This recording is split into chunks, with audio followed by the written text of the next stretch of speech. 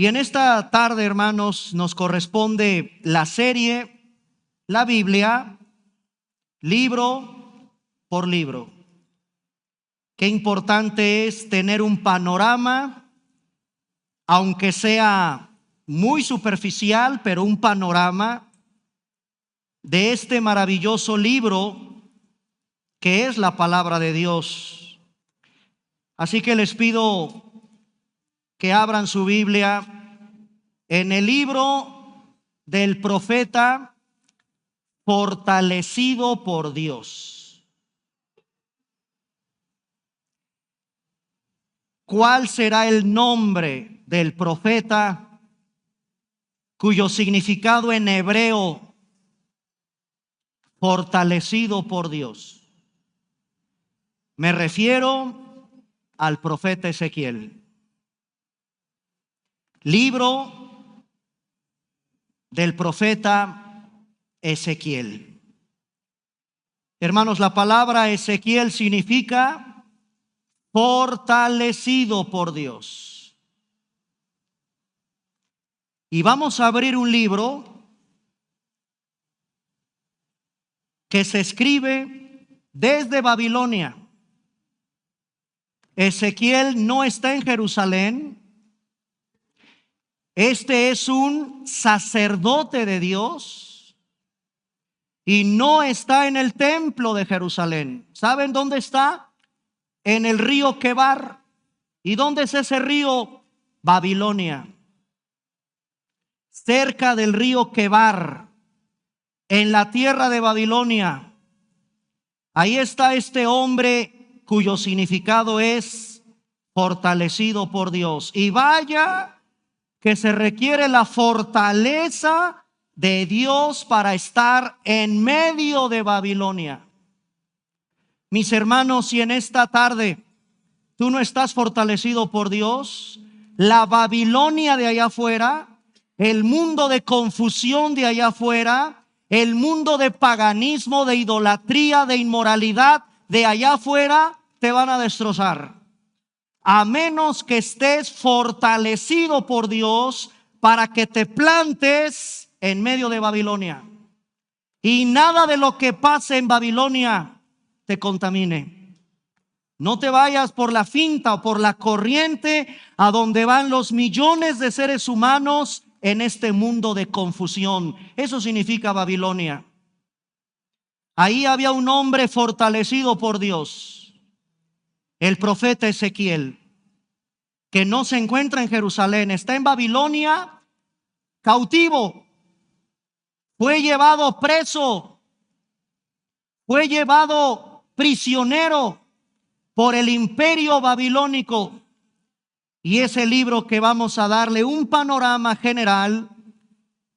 La finalidad de esta serie no es adentrarnos versículo por versículo, hermanos, porque imagínense cuántos años nos llevaría a estudiar cada libro, cada porción de la Escritura. La finalidad de esta serie es tener un conocimiento general de cada libro de la Biblia y encontrar al personaje central de toda la Biblia en los 66 libros que la componen, y que se trata del Señor Jesucristo. De tal manera que si ya leíste Ezequiel y no encontraste a Cristo en Ezequiel, no has leído, no has estudiado uno de los libros más complicados de estudiar, Ezequiel.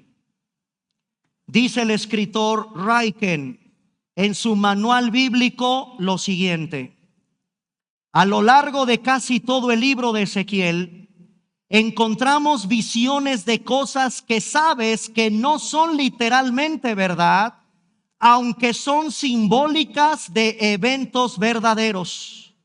Es raro el capítulo en el que nos movamos en un mundo de realidad simbólica. Y eso es lo que hace complicado el libro de Ezequiel. Muchas visiones, muchos símbolos de realidades, de verdades, de eventos verdaderos. Pero el Espíritu Santo usará la típica literatura apocalíptica en este libro. Es un libro complejo, hermanos, se los advierto. Pocos predicadores, y yo me atrevo a decir que me sobran los dedos de una mano, los predicadores que se atreven a predicar expositivamente el libro de Ezequiel.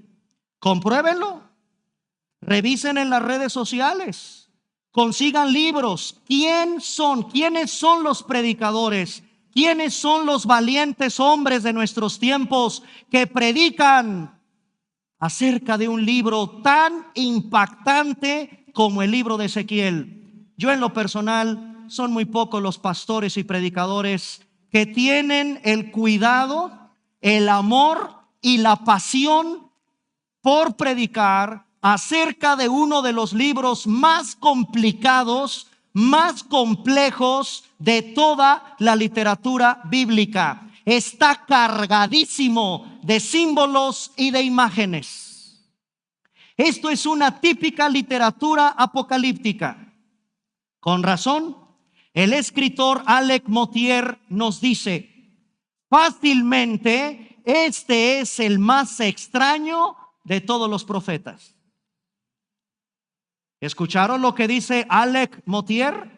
Este es el más extraño de todos los profetas. Y ahí estamos en esta tarde, en la sección profética. Recordamos que el Antiguo Testamento, el Tanaj judío, se subdivide en tres grandes secciones. Número 1, Torá. Y dentro de la Torá está el libro de Bereshit, Shemot, Vayikra, Bamidbar y Devarim. A estos 5 libros que acabo de pronunciar en hebreo se le conoce como el Pentateuco, la ley, la Torá. Génesis, Éxodo, Levítico, Números y Deuteronomio. Primera sección, Torá. Luego, hermanos, el Tanaj judío tiene la sección de los Nebim. Y la palabra Nebim en el hebreo significa profetas. El Antiguo Testamento tiene los nombres de varios profetas que Dios levantó para anunciarle al pueblo y advertirle al pueblo de juicio, de que el pueblo se vuelva a Dios, de que su pueblo regrese al Señor, porque Israel es un pueblo como tú, como yo, fácil de irse tras los ídolos, fácil de dejar la palabra de Dios.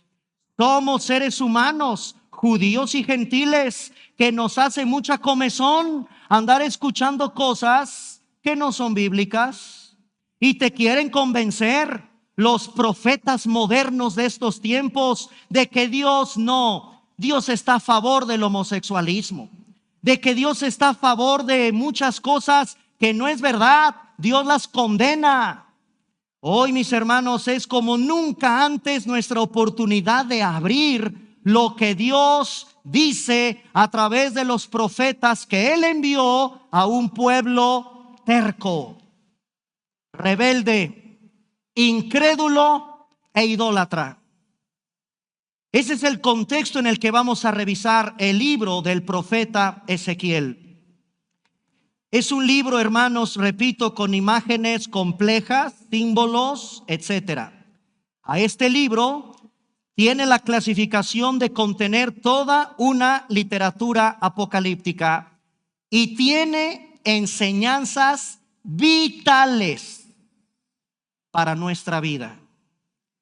Yo los invito a partir de esta tarde que lo leamos en casa, que lo revises en casa. Sé que va a ser complejo, pero allá afuera nuestra librería te proporciona todo un material de preciosos libros sencillos para que tengas un acercamiento a cada uno de los libros de la Biblia y en específico del libro del profeta Ezequiel. Ezequiel es un profeta, hermanos, y es un sacerdote. En el capítulo 1, vamos al libro de Ezequiel, 570 años antes de Cristo. Fíjense qué clase de libro tenemos en nuestras manos. 570 años antes de que Cristo viniera al mundo, Ezequiel profetizó. Miren la joya que es la Biblia.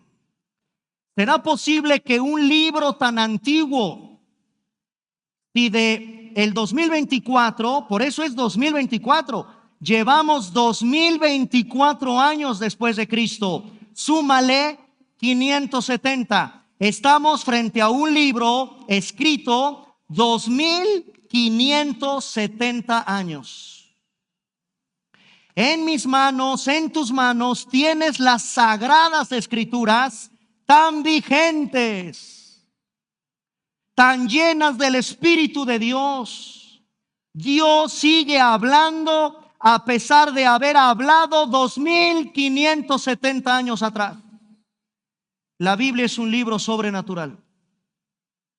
Su vigencia es para ti, estudiante, maestro, padre, hijo, hermano, ciudadano, cristiano que me escuchas. 2570 años atrás, Dios habló a través de este sacerdote, de este hombre que era un jovencito, por cierto. No te vayas con la idea, este es un viejito. No, jóvenes que me escuchan. Siendo muy joven, 20 y tantos años, fue llevado cautivo a Babilonia. En el capítulo 1 de Ezequiel, versículo 3, veamos quién es Ezequiel. Ezequiel, capítulo 1, versículo 3. Vino palabra de Jehová, y ahí está su oficio, al sacerdote Ezequiel. Y la Biblia también nos dice de quién era hijo. Es hijo de un hombre llamado Buzi. ¿Y en dónde le habló Dios? En la tierra de los caldeos. Y quiero que vayan notando los detalles. ¿Dónde se encuentra este sacerdote que amaba a Dios, siendo jovencito, vivía, ministraba en el templo? Hermanos, no hay cosa más bella que ver a un joven sirviendo a Dios. No hay cosa más hermosa que ver a los jóvenes entregando su juventud, su fuerza, su intelectualidad, su talento, su conocimiento, todo lo que un joven representa, entregado a Dios. Este es uno de ellos. Siendo sacerdote muy joven, fue llevado cautivo, como ahorita lo voy a explicar, y Dios le habla en la tierra de lo que representa la paganidad en su apogeo, la idolatría en su apogeo, como era la tierra de los caldeos. No está en el río Jordán bautizando, se encuentra cerca del río Quebar. Para eso son los mapas y para eso es la geografía en la Biblia. Aquí no hay cuentos ni mitos, son lugares geográficos contundentes en un río que atravesaba la tierra de los caldeos llamado Quebar. Ahí vino sobre este hombre la mano de Jehová. Por lo tanto, Ezequiel es un hombre que está muy relacionado con el templo, porque antes de que el ejército babilónico invadiera la tierra de Judá y se llevara al profeta a la tierra de los caldeos, Ezequiel ministraba en el templo. Es un sacerdote, amaba al Señor. ¿Saben cuándo nace Ezequiel? Nace en los días en que el profeta Jeremías comenzó su ministerio. Ezequiel nace cuando Jeremías, que ya estudiamos un poco de ese profeta llorón llamado Jeremías, cuando Jeremías comienza su ministerio, Ezequiel apenas va naciendo. Este hombre es contemporáneo de otro tremendo profeta que vamos a estudiar después de él, llamado Daniel. Ezequiel y Daniel son contemporáneos. Tienen la misma edad aproximadamente. No es uno más grande que otro por muchos años.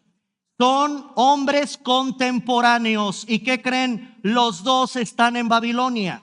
Ezequiel es llevado a Babilonia y vamos a estudiar en su momento al libro de Daniel, donde también Daniel es llevado a Babilonia. De hecho, Ezequiel menciona 3 veces a Daniel en todo su libro. 3 veces Ezequiel menciona a Daniel en su libro. Solo que Daniel fue llevado cautivo en la primera deportación a Babilonia. Hubo 3, ya las estudiamos. Mis niños de Cuernavaca deben llevar todos sus apuntes de esta serie y pueden recordar en sus apuntes que yo les expliqué que hay 3 olas de deportación a Babilonia. En la primera fue deportado el profeta Daniel y en la segunda es deportado el profeta Ezequiel. Hay que recordar cuáles son las 3 olas de deportación a Babilonia. Te las vuelvo a repetir. La primera en el año 605 antes de Cristo. En esa primera deportación a Babilonia, ahí va Daniel. Entre todos los cautivos que agarró Nabucodonosor, ahí va nuestro profeta Daniel, año 605.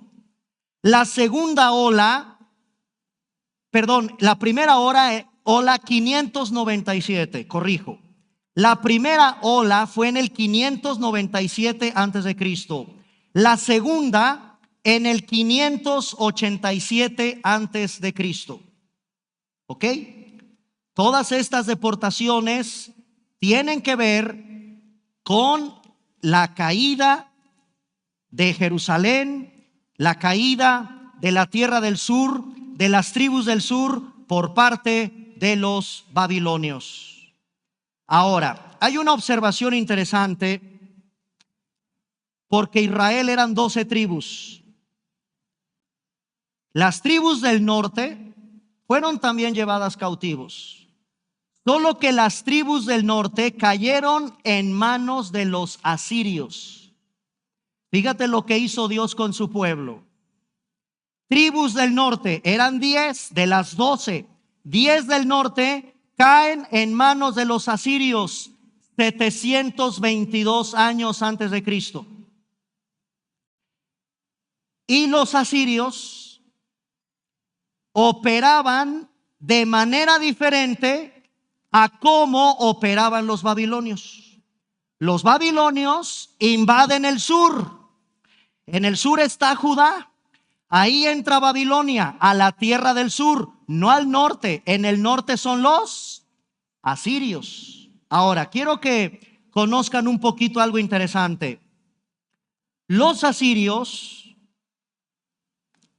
cuando tomaban cautivo al pueblo de Israel, para debilitarlos, los esparcía por todo el territorio del imperio asirio. En otras palabras, sabemos que la unión hace la fuerza.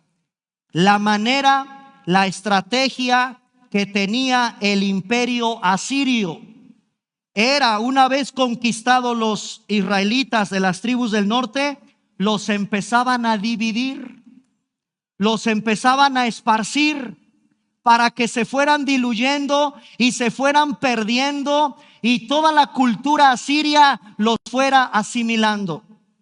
Pero los babilonios, que es el caso aquí, no operaban igual que los asirios. Los babilonios tomaban cautivos a los judíos del sur, los mantenían juntos en un territorio y se aprovechaban de la juventud, se aprovechaban de su conocimiento, se aprovechaban de su fuerza para tenerlos como esclavos. No los esparcían por todo el territorio babilónico, los mantenían a todos unidos, pero le echaban el ojo a un joven judío, lo tomaban y lo ponían a trabajar en el gobierno. Eso le pasó a Daniel, a Ananías, a Misael y a Azarías, los amigos de Daniel. Vieron que eran muchachos robustos, de buen parecer, y los babilonios los tomaron y los llevaron para trabajar en el imperio babilónico. Eso no hacían los asirios. Los asirios, con las tribus del norte, los dispersaban por todo el territorio y dividían las familias, dividían a las tribus, los debilitaban. ¿Ven cómo opera el enemigo? Y lo que hacían los babilonios con las tribus del sur, los mantenían unidos en una tierra, en este caso, al menos a Ezequiel, con un grupo de las tribus del sur, los mantenían cerca del río Quebar. Pero los babilonios veían, a ver, de este te puede servir para trabajar en el molino. Este se ve que es inteligente, tráelo para acá con los astrólogos. Y así se aprovechaban. Ese es el caso de Daniel. Ahora comprenderás, hermano, por qué Daniel, Ananías, Azarías y Misael, que fueron llevados por los babilonios cautivos, fueron bien vistos por los babilonios y los pusieron a trabajar en el imperio. Pero miren la operación diabólica, tanto de uno como de otro. Los del norte dividen, te dispersan. Una iglesia no unida, una familia no unida, un ministerio no unido es blanco fácil del enemigo. Un grupo de varones, un grupo de mujeres, un grupo de jóvenes desunido es blanco de ataque del enemigo. Así operaban los asirios con los cautivos de Israel. Y los del sur, ¿qué te digo? No, ya no te vas a llamar Daniel. Tu nombre será Belsasar. El enemigo te quiere cambiar tu identidad que tienes en Cristo. Ándale, prueba los manjares que el imperio te ofrece, Daniel. Ándale, Azarías, disfruta del mundo que te ofrecemos. El dinero, las mujeres, el placer. Ya después, cuando seas viejito, ya te vas a la iglesia a encerrar a orar. Disfruta tu juventud. Ya no te llames Jehová es mi juez. Ahora cámbiate el nombre. ¿Ven cómo el mundo y el enemigo, tanto con los del norte como los del sur, es una tremenda enseñanza de cómo opera hoy por hoy el enemigo también invasor a nuestras vidas? Qué grandes lecciones aprendemos de las historias antiguo testamentarias. Por 2 décadas, o sea, 20 años, Ezequiel profetizó. Del capítulo 1 al capítulo 24 hay 5 años de ministerio del profeta Ezequiel. Capítulo 1 al capítulo 24. Del capítulo 33 al capítulo 48 están los últimos 15 años del ministerio del profeta Ezequiel. Entre el capítulo 25 y el capítulo 32, Ezequiel profetizó a naciones circundantes a la tierra de Israel. Claro, hermanos, Dios no va a dejar sin juicio a esos pueblos que se burlan de Israel. Ya los llevaron cautivos. Ya destruyeron su templo. Un momentito, del capítulo 25 al capítulo 32, Dios, a pesar de que es Dios el que permite la cautividad de su pueblo por parte de asirios o por parte de babilonios, que nadie se burle del pueblo, del remanente fiel de Jehová. Para ellos también hay juicio. Y eso lo vemos del capítulo 25 al capítulo 32. Si me preguntaran cómo hacer un bosquejo, con mucho gusto, para todos los buenos estudiantes de la Biblia, les voy a proporcionar un bosquejo que se estudia en uno de los libros que recomendamos en el Instituto Teológico de esta iglesia con respecto a cada libro de la Biblia del Antiguo Testamento. Y les proporciono este bosquejo, hermanos, porque es importante que estudiemos cada libro de la Biblia y tú tengas un panorama a través de estos bosquejos y veas, hagan de cuenta que nos subimos, ¿verdad? Y vemos desde las alturas cómo Dios estructura, cómo Dios nos permite estudiar este maravilloso libro del profeta Ezequiel. 1. Son 5 partes. Número 1, una introducción. Dios comisionó del capítulo 1 al capítulo 3 a este hombre.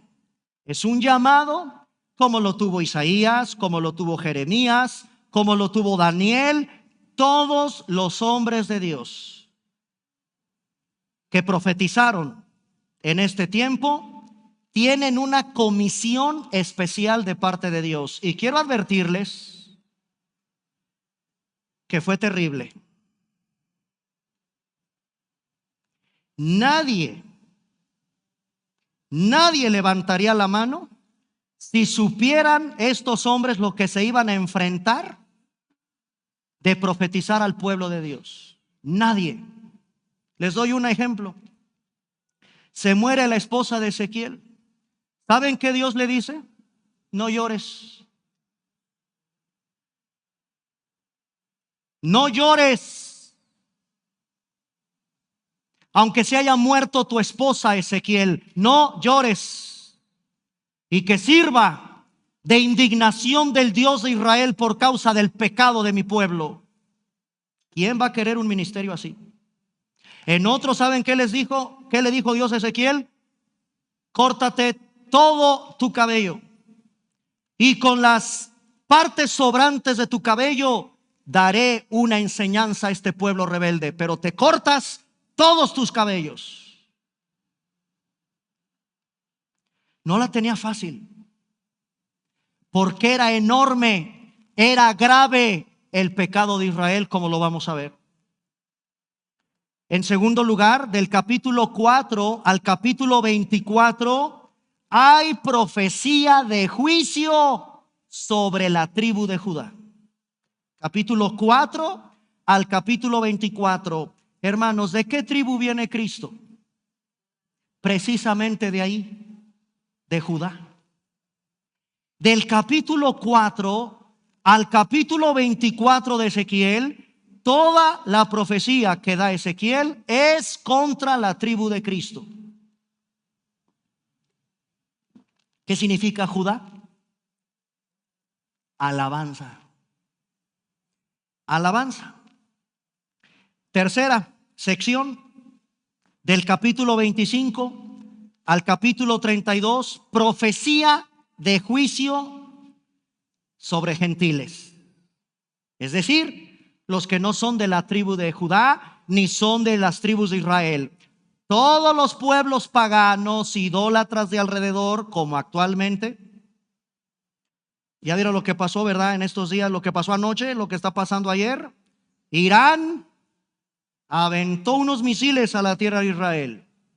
Bueno, Dios en el capítulo 25 al capítulo 32 emite juicio contra las naciones gentiles que están alrededor de Israel.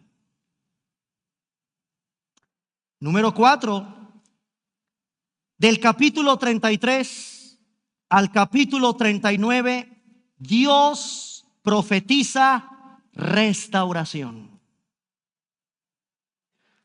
Restauración. Y del capítulo 40 al capítulo 48 profetiza el restablecimiento de Israel.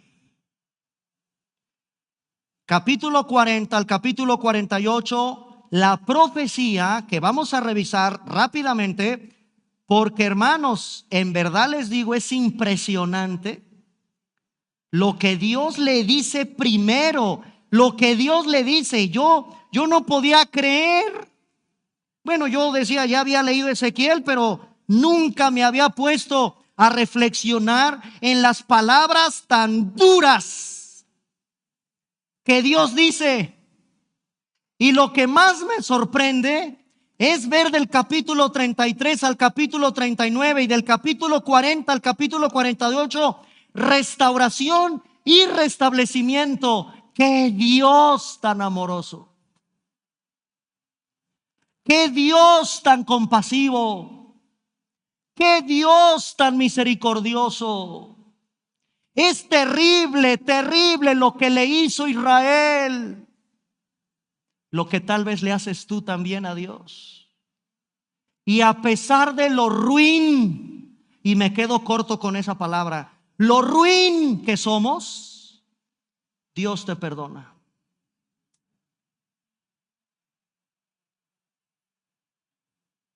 Yo me quedé de veras, y vamos a leer los versículos.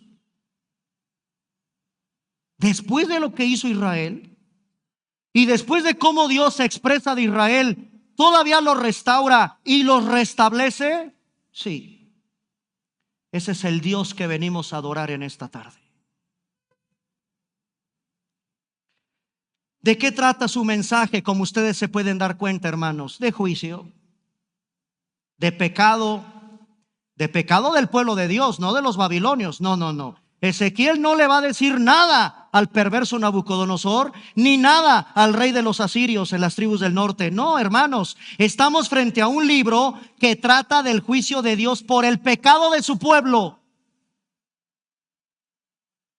Y si tú eres pueblo y yo soy pueblo de Dios, quiero que este libro te simbre de lo que representa el pecado y cómo Dios ve el pecado en nuestra vida. Por eso esa cruz, por eso esa sangre y ese nuevo pacto que está aquí, en medio de un libro de tanta profecía desastrosa, juicio terrible, Dios levanta como una perla, como un diamante, la profecía de un nuevo pacto. Y ese nuevo pacto te involucra a ti y me involucra a mí. Es mi oración, hermanos, que este libro te simbre de lo que implica el horror del pecado en el pueblo de Dios. Y al mismo tiempo caigas en una actitud de reverencia por la restauración, la liberación y la salvación que Dios anuncia en este libro. Del capítulo 1 al capítulo 24, Ezequiel profetizó antes de que Jerusalén cayera.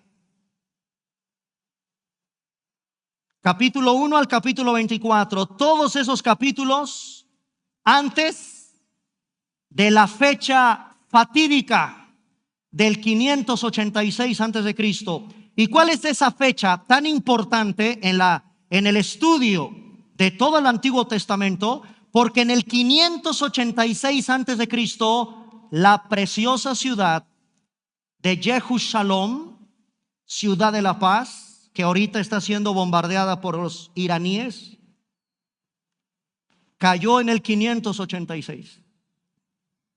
Ezequiel, capítulo 1 al capítulo 24, profetiza antes. Dios advierte antes.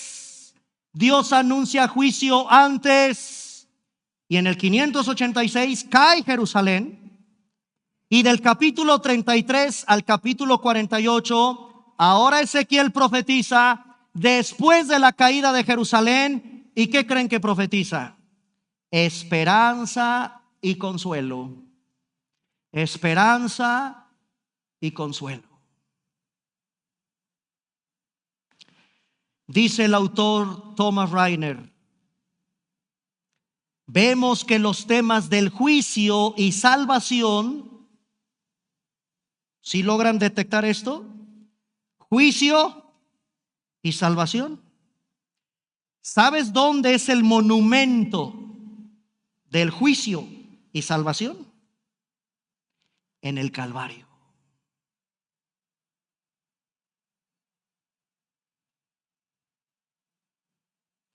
Juicio y al mismo tiempo salvación. No hay una escena que tan magistralmente represente el juicio de Dios y al mismo tiempo la salvación que en la cruz de Cristo. Al mismo tiempo. Lo acabamos de cantar. Glorioso intercambio. No cayó el juicio sobre ti, cayó sobre su Hijo. Sobre ti el Señor te da salvación, su justicia. Thomas Rainer dice: vemos que los temas del juicio y salvación son centrales en el libro de Jeremías, lo mismo que en Ezequiel. El ministerio de este profeta fue posterior al de Jeremías a los exiliados en Babilonia, que se extiende hasta el año 571 antes de Cristo. Y ahora sí, hermanos, permítanme en el tiempo que me queda ir a ciertos versículos. Sé que no voy a acabar hoy. Lo vamos a retomar. Vamos al capítulo 2 de Ezequiel. Capítulo 2, versículos del 1 al 8. El llamado de Dios a una casa rebelde. La primera visión que tiene este hombre fue en el 592 antes de Cristo, ¿ok? En el 592 él estaba seguramente triste, Río Quebar, exiliado, rodeado de babilonios, de confusión y de idolatría, como los cristianos del siglo XXI en Cuernavaca. Sí, así nos sentimos. Ve al cine y ve lo que ves. Ve la televisión y ve lo que vas a ver. Prende tus redes sociales y vas a ver lo que vas a ver. Rodeado de paganismo, rodeado de idolatría, rodeado de inmoralidad. Y el llamado lo tiene la primera visión de este hombre en el 592 antes de Cristo. Capítulo 2, verso del 1 al 8. El llamado, vean cómo fue su llamado. Me dijo: hijo de hombre. Ezequiel, tú eres un ser humano que tiene que ir al baño.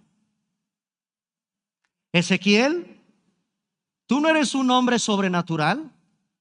Ezequiel, te aviso que eres un mortal. Eres un hombre enfermizo, débil, te puedes enfermar. Algún día vas a morir. No eres Dios. Dependes de mí, hijo de hombre, débil. Yo soy el Dios que hablará a través de ti. Yo te mostraré las visiones, dice el Señor, no son tuyas. Eres un hombre común y corriente. Hijo de hombre, ponte sobre tus pies y voy a hablar contigo. Y luego que me habló, entró el Espíritu en mí. Aquí vemos un típico versículo de cómo operaba el Espíritu Santo en el Antiguo Testamento. ¿Ya lo vieron? Entró el Espíritu de Dios en él. A diferencia de los cristianos. ¿Qué significa cristiano? Pequeños ungidos. Un cristiano tiene constante, permanente la presencia del Espíritu Santo en nuestra vida. En ellos no. Tenía que entrar el Espíritu Santo. Y me afirmó sobre mis pies y oí al que me hablaba y me dijo, otra vez esta frase: hijo de hombre, yo te envío a los hijos de Israel. ¿Y cómo son, Señor? Gentes rebeldes que se rebelaron contra mí. Ellos y sus padres se han rebelado contra mí hasta este mismo día. Yo pues te envío. Y ahí va. Ahí ya se lo está advirtiendo Dios. te envío. Y escúchame, hermano, es que mi mamá no quiere escuchar del evangelio. Es dura, no deja su idolatría. No, es que mi jefe está tan metido en su religión. Es un hombre que va a sus peregrinaciones, tiene un montón de santos ahí en la oficina. Son duros, pastor. Es que usted no conoce a mi maestro, que es bien ateo, bien incrédulo, bien duro. No, papacito, es que a Dios no le sorprende eso. Dios sabe qué tipo de dureza hay ahí. Tú tienes una gran comisión que ir, y a ti no te corresponde determinar, ahí son duros, son suaves, son blandos, sí me van a escuchar. No, ve, punto. Te envío y te aviso, profeta, son hijos de duro rostro, empedernido corazón. Uf.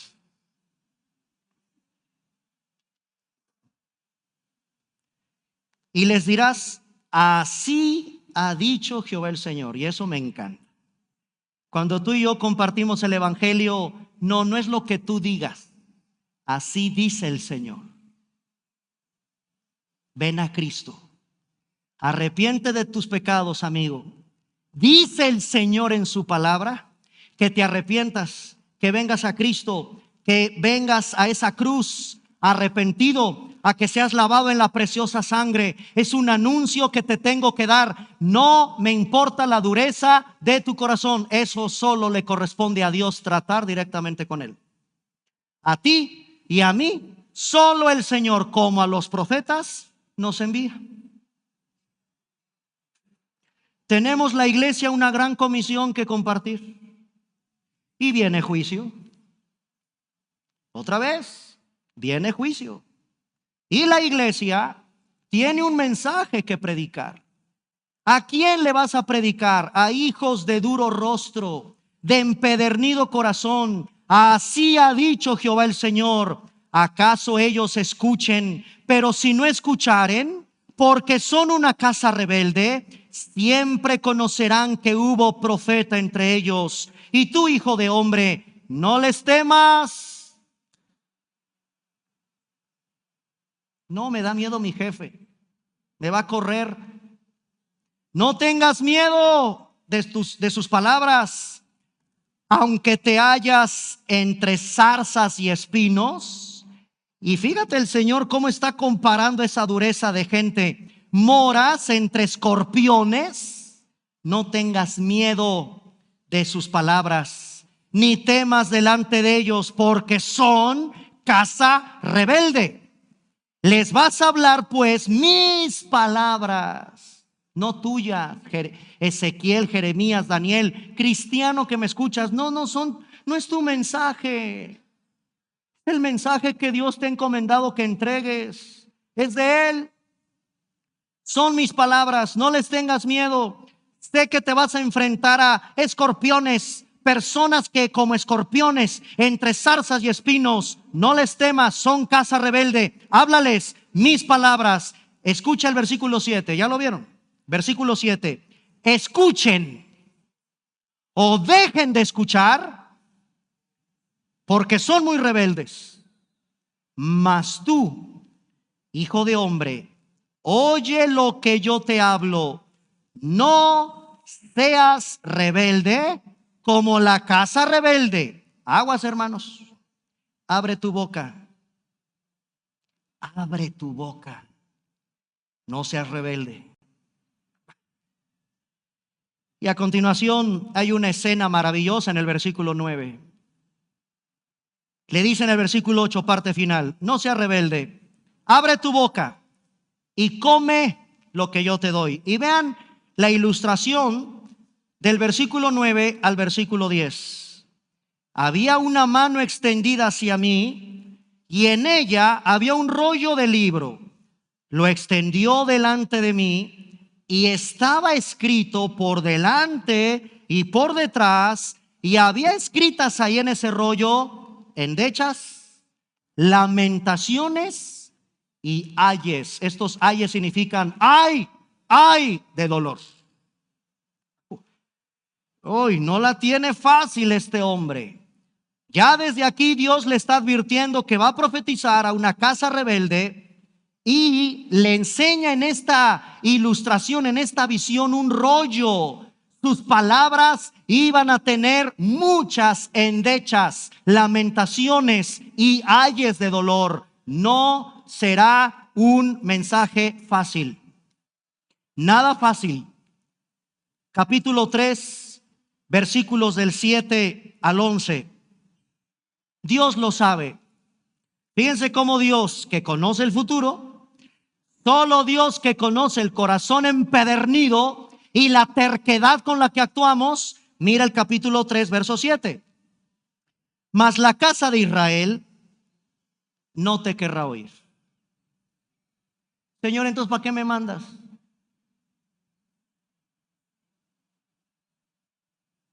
No te van a querer oír. ¿Para qué me mandas? No me quieren oír a mí.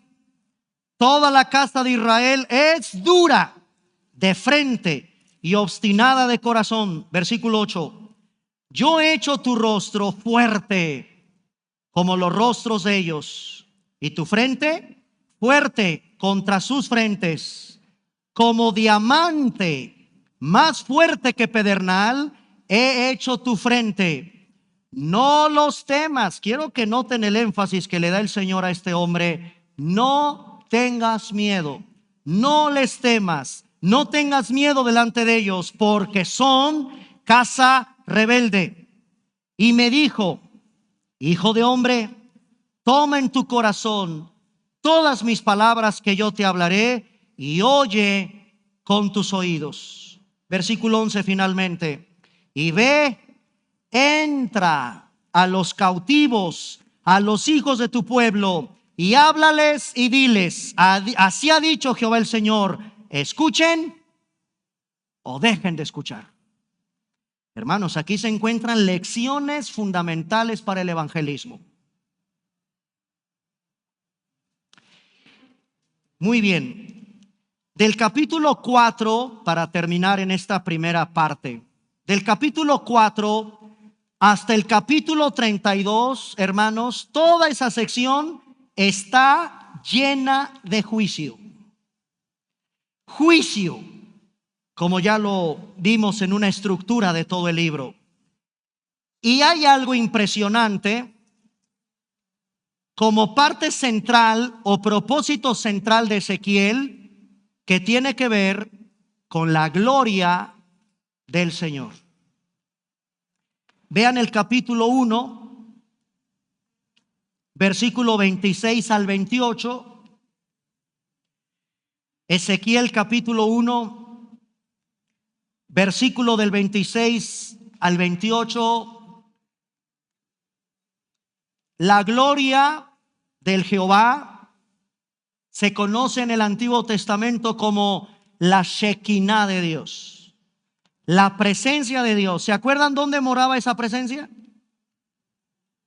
En el tabernáculo, en el arca que Moisés construyó ahí en el desierto. Luego en el templo con Salomón la vemos, hermanos, el lugar o el trono, por llamarlo de alguna manera, el trono de Dios, la gloria donde reposaba la gloria de Jehová en la tierra, era en una tapa llamada propiciatorio. Muy bien, a continuación vamos a contemplar cómo la gloria de Jehová no está en el propiciatorio, no está en el templo, está en Babilonia. De repente la gloria de Jehová, y esto me habla de que Dios es rey y monarca por sobre todas las naciones. No está confinado a un solo lugar. Vean Ezequiel para terminar, capítulo 1, 26. Esta visión es impresionante. Capítulo 1, verso 26. Y sobre la expansión que había sobre sus cabezas, se veía la figura de un trono que parecía de piedra de zafiro. Y sobre la figura del trono había una semejanza que parecía de hombre sentado sobre él. Y vi apariencia como de bronce refulgente, como apariencia de fuego dentro de ella en derredor, desde el aspecto de sus lomos para arriba y desde sus lomos para abajo. Vi que parecía como fuego y que tenía resplandor alrededor. Versículo 28, escucha cómo ve Ezequiel esa visión de Dios. Como aparece el arco iris que está en las nubes el día que llueve, todo lo hemos visto. Así, dice el Espíritu Santo, para darnos una idea de lo que vio Ezequiel, así era el parecer del resplendor alrededor. Esta fue la visión de la semejanza de ¿qué? De la gloria de Jehová. Es decir, hermanos, la gloria del Señor no estaba encima de los querubines en la tapa del propiciatorio en Jerusalén, en el templo o en el tabernáculo. Aquí está en Babilonia. Y caí, me postré sobre mi rostro y oí la voz de uno que hablaba. Este es un tema central porque vamos a ver que esta gloria, Dios ahora lo que hace es, en una visión, le va a mostrar a Ezequiel cómo la presencia de Dios abandona el templo. Tiene como ruedas. Y el teólogo R.C. Sproul decía que la gloria de Dios era como un trono que se mueve. Es movible. Da a entender el Espíritu Santo que ese trono se mueve. No está confinado en un solo lugar. Error de la dogmática católica romana. Confinan a Dios en un solo lugar. Ahí está. No. En fin, un trono que se mueve, no confinado a un solo lugar. Dios es el Dios de los pueblos, de los monarcas, de los reyes y de la tierra. Y vamos a revisar ese trono movible en la siguiente conferencia para ir revisando poco a poco todo lo que Dios descubre, le dice, le muestra a Ezequiel, y les aviso, es abominable. Abominable lo que ve Ezequiel. Pero lo que más me impresiona es lo que Dios dice de su pueblo Israel. Y a pesar de lo que Dios les dice, les promete restauración.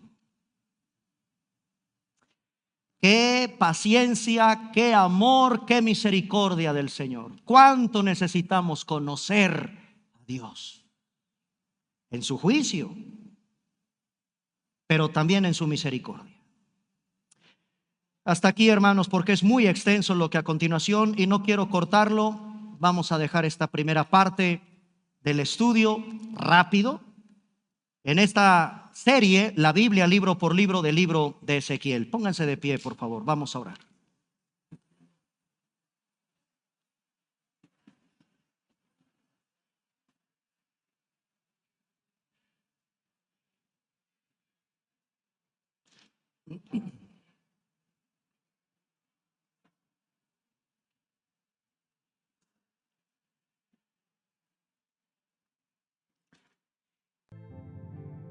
Vamos a Ezequiel, así puestos de pie, precisamente Ezequiel 14.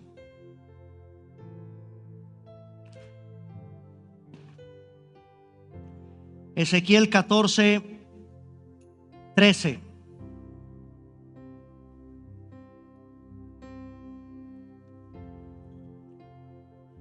Ezequiel 14, 13.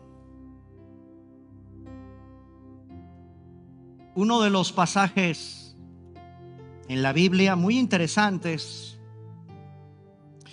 Dice: Hijo de hombre, cuando la tierra pecare contra mí, rebelándose pérfidamente, y extendiere yo mi mano sobre ella, y le quebrantare el sustento del pan, y enviare en ella hambre, y cortare de ella hombres y bestias. Y el versículo 14 es el que me interesa. Si estuviesen en medio de la tierra estos tres: ¿Ya vieron lo que representa delante de Dios Noé, Daniel y Job? Ellos se salvarían, solo ellos. Y le dice Dios al profeta: ni siquiera sus hijos, Yo no creo que Daniel haya tenido hijos. Yo creo que Daniel fue un eunuco. Es mi opinión. Pero le dice el Señor: los hijos de Job, los hijos de Noé y los hijos de Daniel no se salvan, solo ellos tres. Hermanos, ¿qué representan esos tres hombres en la Biblia? Job, que a pesar de lo que sufrió, no perdió la confianza en Dios. Job. Noé es un hombre de fe. Todavía no llovía sobre la tierra y el viejito andaba construyendo un barco tremendo. Por fe, Noé agradó a Dios. ¿Y qué decir de Daniel, jóvenes que me escuchan? Que en medio de Babilonia no se contaminó. ¿Cuántos hombres y mujeres en Cristo podemos ser como Job, como Noé y como Daniel? Oremos.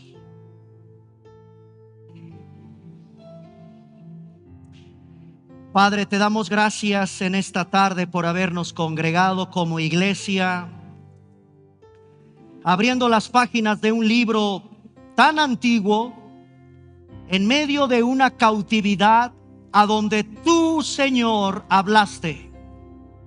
Y a 2500 años de distancia sigues hablando. Es tu palabra tan vigente como hace 2500 años. Padre, en esta tarde abre nuestro corazón para comprender el maravilloso libro del profeta Ezequiel. Señor, estamos viviendo en un mundo muy depravado, de mucha inmoralidad, de mucho pecado. Y eso es grave, grave. Sin Cristo, mi amigo, no hay esperanza de salvación. Ven en esta tarde arrepentido de la vida tan vacía, tan llena de inmoralidad, tan llena de pecado que tienes. Arrepiéntete. Ese fue el llamado que Dios hizo a través de hombres como Ezequiel. Vuélvete a mí. Entrégame tu vida. Y hoy, mis hermanos y amigos que me escuchan, fue derramada la sangre preciosa de Jesús, que nos limpia de todo pecado. Así que, mi amigo, en esta tarde, qué preciosa oportunidad Dios te está dando de advertencia en amor.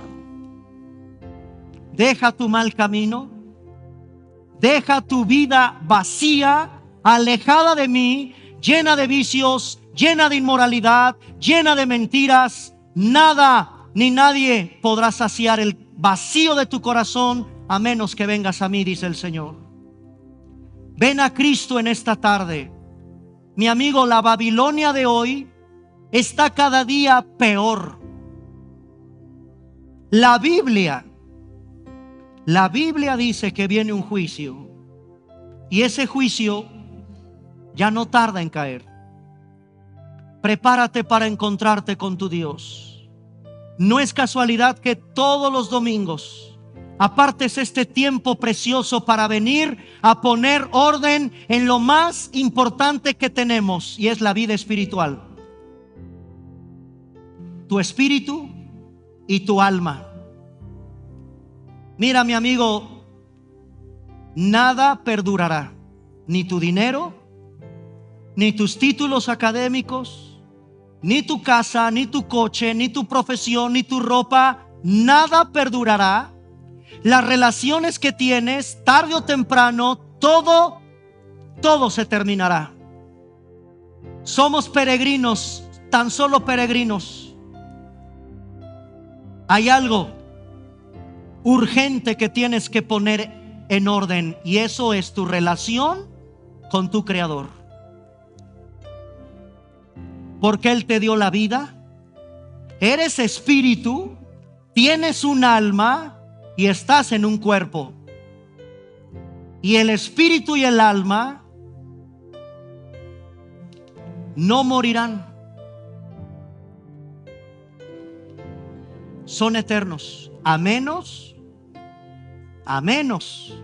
que vengas a Cristo. Estando en Cristo, mi amigo, hay perdón y salvación para ti. No permitas que en esta tarde salgas de este lugar sin haber tenido tu encuentro personal con Jesús. Ven a Cristo en esta tarde, arrepiéntete de tus pecados y cree que en la cruz del Calvario Jesucristo pagó el precio con su preciosa sangre, derramándola en la cruz para lavarte de todos tus pecados. Te invito a que leas el libro de Ezequiel y te des cuenta lo horroroso, lo trágico que es una vida apartada, alejada del Señor. Ven a Él en esta tarde y te damos gracias, Señor, por tu palabra tan vigente y tan actual como lo fue cuando tú profetizaste y hablaste a través de Ezequiel 570 años antes de Cristo. En el nombre de Jesús, Señor. Amén. Amén.